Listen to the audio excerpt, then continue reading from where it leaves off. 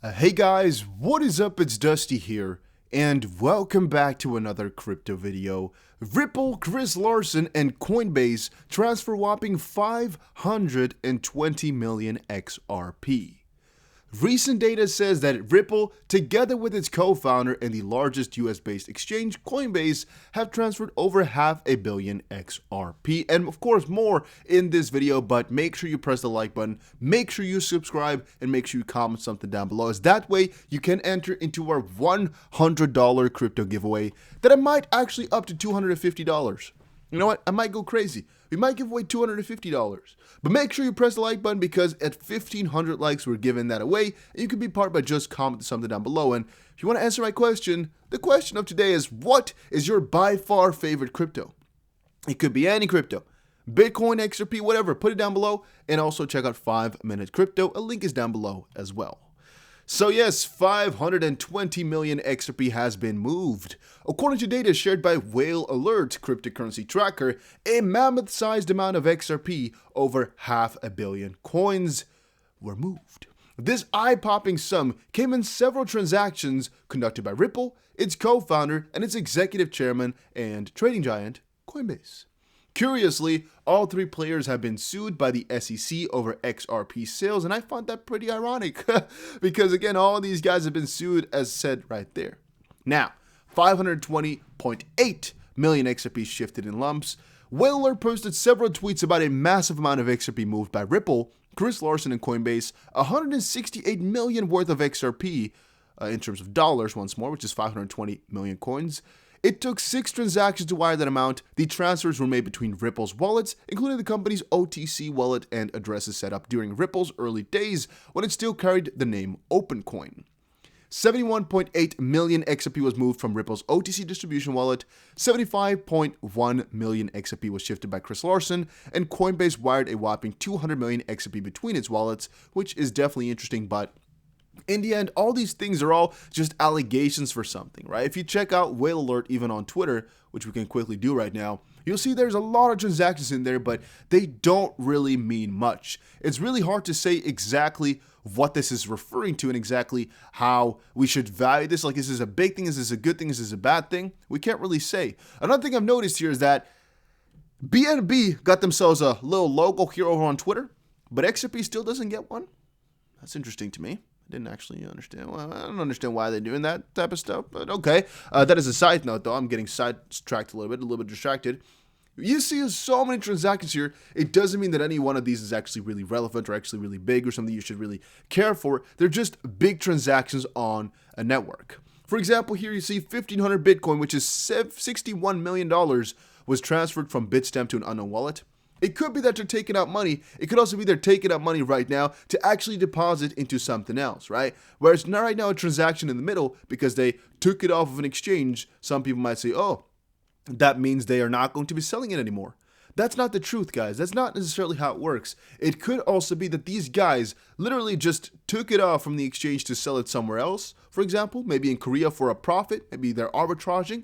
But it could also mean a ton of different things, right? It could have even been Bitstamp themselves or just moving their Bitcoin, for example, to a different place. And so it goes forward with XRP as well. It could be that some guys want to store their XRP in a different place, for example. It could be that I'm sending, for example, I'm sending 200 million XRP, which I don't have, by the way, for all you guys claiming, oh, why would you do 200 million XRP from one place to another, because I just want to store it there. Doesn't mean I'm crazy bearish, crazy bullish, doesn't mean anything. You could just be moving money.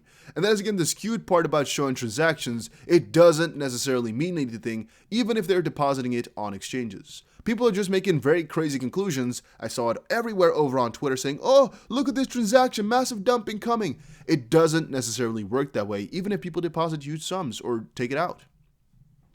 Then the war of Bitcoin whales, an interesting take at who's buying and who's selling. Material Scientist posted, I'm in disbelief how aggressively whales are buying. Still, Mega Whale's 1 million plus order added 30% of the total net volume just in the last week. If the top will be anything like 2019, looking at whale CVD will make it child's play. Joseph Young also said Bitcoin mega whales started selling spikes after BTC had corrected down to 36.5 thousand from 40,000. They expected more downturn, which never came. Now, smaller Bitcoin whales between 100,000 and 1 million are taking profit just under $42,000. My friend at Material Scientist explained, and you know what I found interesting? That you're calling right now Bitcoin whales that have $100,000 whales, basically, when it's just 2 Bitcoins, right? 2.5, not even Bitcoins, is already a whale now. Haven't the times changed, huh, guys? 2 Bitcoins make you a freaking whale. 2 Bitcoins give you almost $100,000. Isn't that really interesting? To me, it is. But Joseph also said, it's the same old story. Buyers in the US, mostly Coinbase due to massive volume. Premium outflows are carrying Bitcoin to new highs. Not true, though. I think actually it's Asia mostly who is carrying it because they have even higher prices. Whales are taking profit as soon as Bitcoin hits a new high. So it's important even more to observe Coinbase outflows and volume, which we're doing because Coinbase is a shitty exchange. However, there's still so many guys out there with big money, billions of dollars, who are not selling.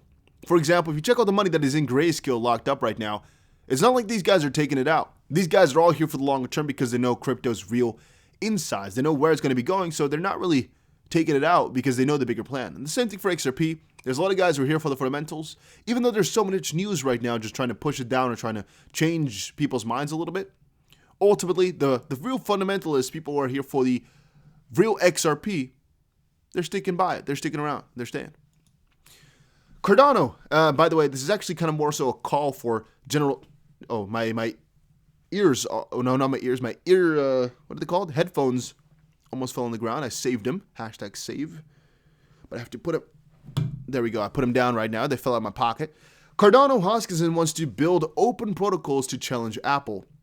This, in my opinion, basically refers to the idea that the whole system...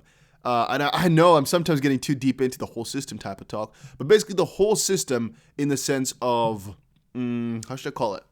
Cryptocurrencies versus traditional monopolies like Apple, Google, Facebook. They're challenging them. Crypto are challenging them. Cardano's Charles Hoskinson proposes to build community-controlled protocols to counteract the monopoly of Apple and Google. Hoskinson emphasized that the crypto industry has the tools to build protocols to overcome censorship and create a new way to curate information. Where it's basically everything that's done right now through these monopolies, and for example, what we saw right now where Twitter was banned for a certain very powerful individual in the US called the President of the United freaking States as of this point. His Twitter was blocked. Isn't that really interesting? How a president of a country in which the thing is based, basically, can be denied access to something like that. Even though that guy's not immortal, is not, you can't not touch him necessarily. I'm just thinking that he's being censored right now, and he cannot say what he wants to anymore because some platform decided he broke the rules. That's definitely quite interesting, right? And even though you should have some ways for bad actors to leave it, because otherwise it would just be filled with spam, scams, and everything. For example, Reddit, which is often considered to be quite open to a lot of things, or some forums like that, almost all of them still have rules because you just otherwise would be completely filled with either scams or just dirty stuff. Like, I don't want to say it out loud there, but just things you really don't want people to see, or things you just really don't want to share with the world for some. Just a lot of illegal stuff, which would be bad. On a different note, though, it is the free internet. It is the internet, and people can do what they want. So to a certain degree, we should be allowed to post on there regardless of the situation, right? Regardless of what. But again, that comes the question of moral versus who's going to control. Because if you, again, put up a completely open system where you can literally do anything you want, it would just be completely toxic. But if you have somebody who's making rules over it or have clear rules in place, they're most likely going to be too vague still because you cannot implement it properly. So I really don't understand how exactly you can fight them. And Apple, again, I think this is mostly a battle because Apple, for the App Store, has a lot of clear and strict rules.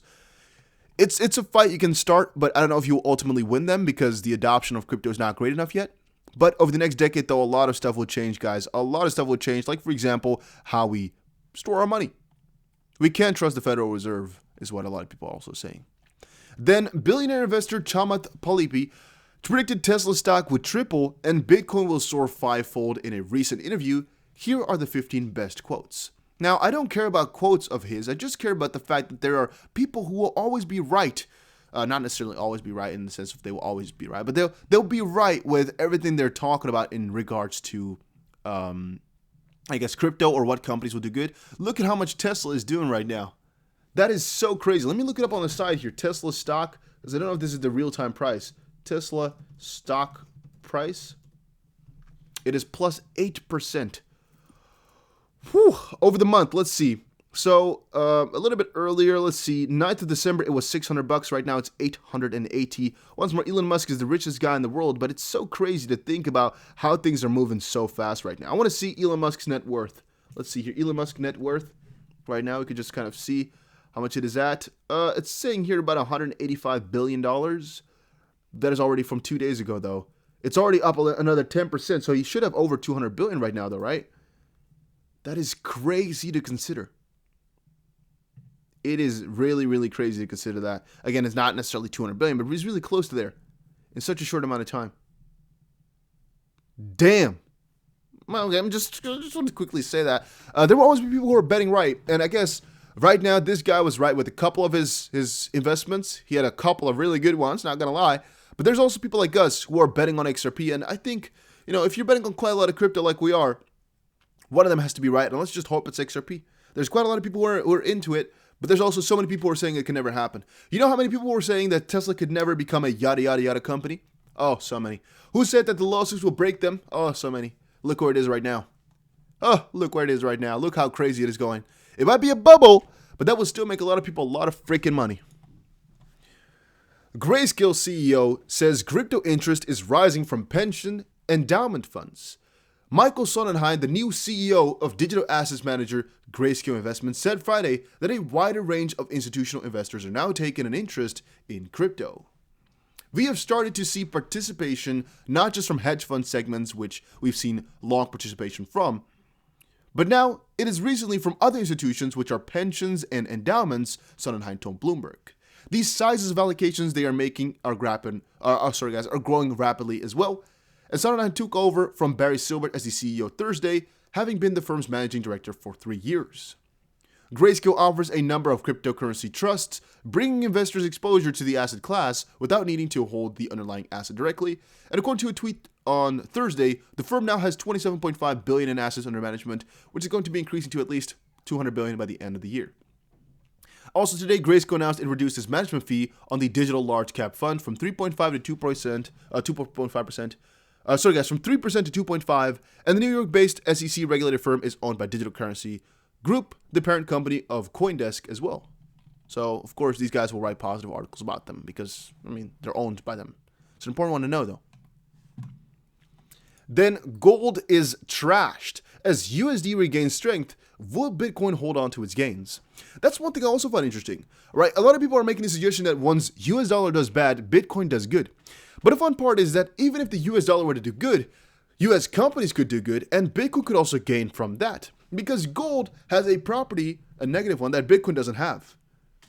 It is basically only good when the dollar does bad, or when the currencies basically do bad, or when the economy, something like that.